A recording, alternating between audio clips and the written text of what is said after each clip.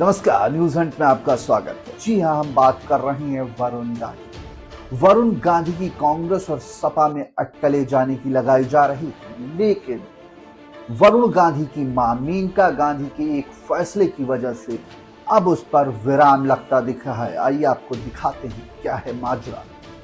वरुण गांधी को मां मेनका गांधी के एक फैसले ने कर दिया खामोश।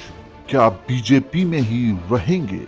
पीलीभीत से बीजेपी सांसद वरुण गांधी बीते कुछ दिनों से मां मेनका गांधी के एक फैसले के बाद खामोश नजर आ रहे हैं। उनके कांग्रेस में जाने के कयास थे। उत्तर प्रदेश में बीते दिनों पीलीभीत से बीजेपी सांसद वरुण गांधी को लेकर कई तरह की अटकलें चल रही थी।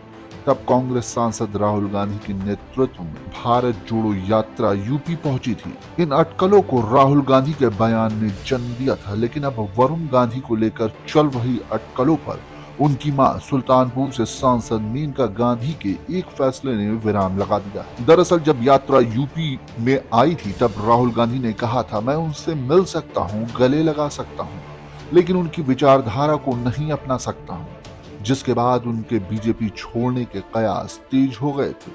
हालांकि बीते कुछ दिनों में ये कयास थमते नजर आ रहे हैं। इसके पीछे उनकी मां मेनका गांधी के एक फैसले को माना जा रहा है। इस फैसले के बाद वरुण गांधी की पार्टी के खिलाफ बयानबाजी भी थमती नजर आ रही है। क्या है मेनका गांधी का फैसला?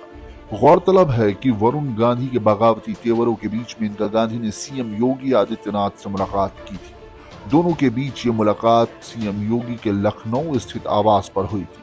तब मेनका गांधी के साथ बीजेपी विधायक विनोद सिंह, सदर सीट से विधायक राजप्रसाद उपाध्याय, लम्भुआ से विधायक सीताराम वर्मा और कादीपुर विधायक राजेश गौतम शामिल थे। हालांकि दावा किया गया कि इन दोनों दिग्गज नेताओं की मुलाकात विकास कार्यों पर चर्चा के लिए हुई थी, लेकिन इस मुलाकात के बाद वरुण गांधी बीते काफी दिनों से बिल्कुल खामोश नजर आ रही हैं।